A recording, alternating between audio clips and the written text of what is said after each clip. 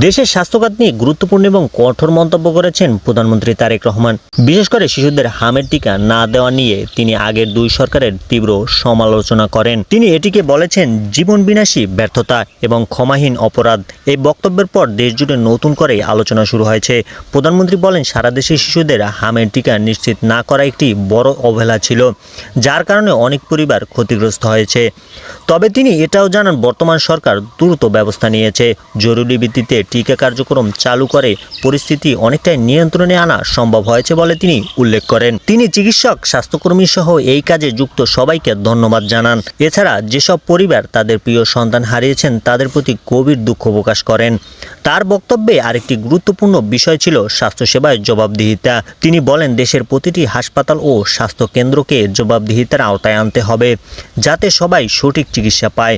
এছাড়াও তিনি বলেন, দেশের স্বাস্থ্যসেবা এখনও অনেকটাই ঢাকা কেন্দ্রিক। এই অবস্থা থেকে বেরিয়ে এসে জেলা ও উপজেলা পর্যায়ে উন্নত চিকিৎসা পৌঁছে দিতে সরকার কাজ করছে। তার মতে, শহর ও গ্রামের মধ্যে স্বাস্থ্যসেবার যে পার্থক্য আছে তা কমিয়ে আনা খুবই জরুরি।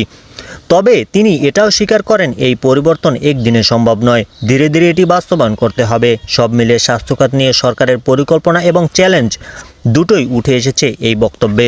এখন প্রশ্ন হলো, এই উদ্যোগগুলো কত দ্রুত বাস্তবায়ন হবে এবং ভবিষ্যতে কি এ ধরনের সমস্যা আর দেখা দেবে না? আপনার কি মনে হয়? কমেন্ট করে আপনার মতামত জানান। ভিডিওটি ভালো লাগলে লাইক করবেন এবং চ্যানেলটি সাবস্ক্রাইব করবেন।